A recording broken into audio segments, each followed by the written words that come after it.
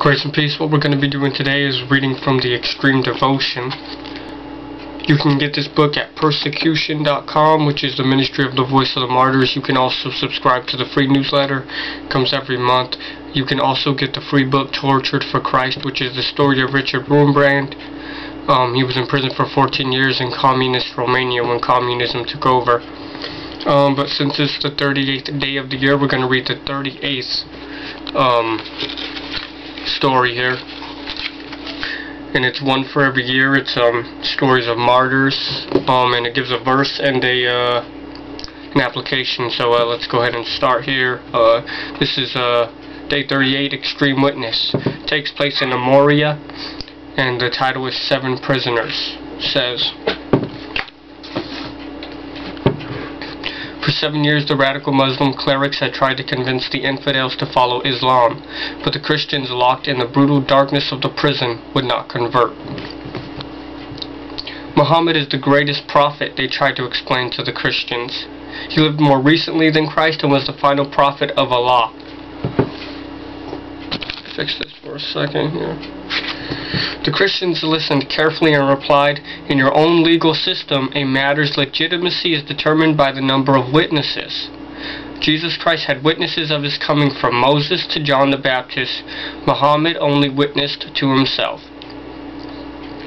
Confounded, the Imams tried a different attack. Surely Islam is the religion ordained by God, for our empire is far greater than the lands controlled by Christians, they said with smug smiles. Says, if that were true, replied the Christians, then the idol worship of Egypt, Greece, and Rome would have been true faiths, because at one time their governments had the largest empires. It is obvious that your victory, power, and wealth do not prove the truth of your faith. We know that God sometimes gives victory to Christians and sometimes leaves them in torture and suffering.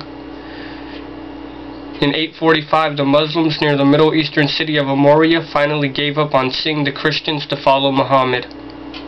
All 7 were beheaded and their bodies were cast into the Euphrates River. These stories, just like the fact that they had hope in dying, is just amazing to me. Helps me a lot just to understand, like, wow, you know, all those who followed Christ died. The 12 apostles, they all were martyred. And it gives a verse. It says, and you will be my witnesses in Jerusalem and in all Judea and Samaria and to the ends of the earth. That's Acts 1:8. And here's the application. Jesus commanded us to be his witnesses, not to have all the answers. The most powerful 3 words you can say to a non-believer are, I don't know. Sure, you might have an answer, even the answer to many of a non-believer's doubts and questions. However, experience will show there will always be rebuttals to your information. If you ever get to a point in a witnessing opportunity that you don't know the answers, say so. Then focus on the one thing you know can't be argued, your testimony. Your own experience with Jesus Christ and what he has done in your life is irrefutable. You're the expert on the subject. Effective witnessing is simply sharing your story with others. Yeah, I just love this book here. Extreme Devotion. I think it's like 24 bucks or something.